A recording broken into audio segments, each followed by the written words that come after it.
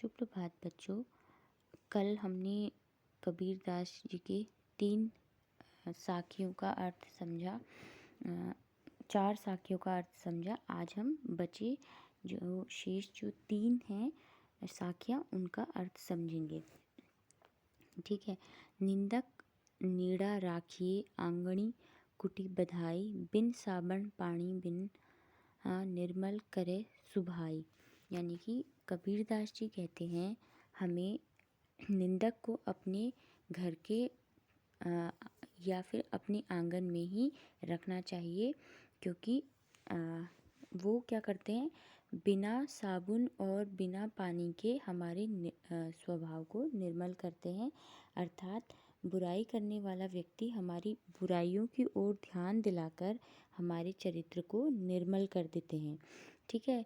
यहाँ कहीं ना कहीं जो निंदा करने वाले व्यक्ति है उन पर कटाक्ष भी कबीरदास जी ने किया है कि जो बुराई करने वाला व्यक्ति है वो कहीं ना कहीं अगर हम उसे अपने घर के पास या अपने आंगन में शरण देंगे तो वो क्या करेगा, हमारी बुराइयां बताकर हमें हमारे स्वभाव को या फिर हमारे चरित्र को ठीक करने में हमारी मदद कर सकता है।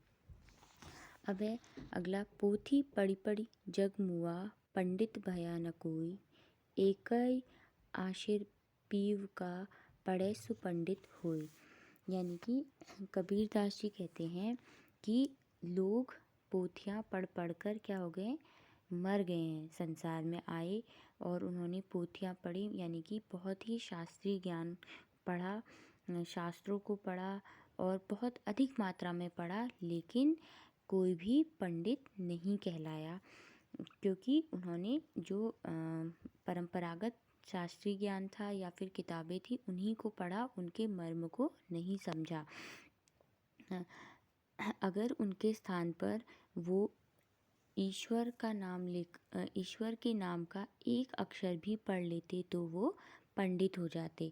ठीक है। यहाँ जो कबीरदास हैं वो शास्त्रीय ज्ञान को व्यर्थ मानते हैं और उन लोगों पर व्यंग कर रहे हैं जो पोथियाँ पढ़ पढ़ कर अर्थात शास्त्रों को पढ़ तो लेते हैं लेकिन उनका अर्थ नहीं समझते।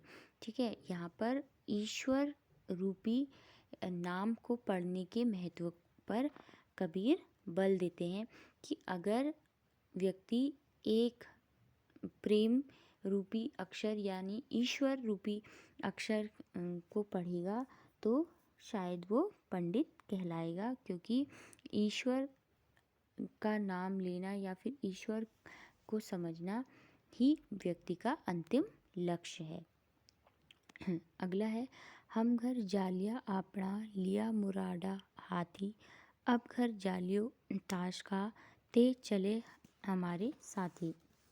यहाँ कबीरदास जी कहते हैं कि मैंने तो अपना जो विषय वासना रूपी जो घर था उसको जला दिया है और अपने आप ही अपने मन के भीतर से उन विषय वासनाओं को मैं दूर कर रहा हूँ, जिनके कारण मैं संसार में भोग विलास कर रहा था अब तक, यानी कि व्यर्थ में ही सांसारिक चीज़ों को इकट्ठा कर रहा था।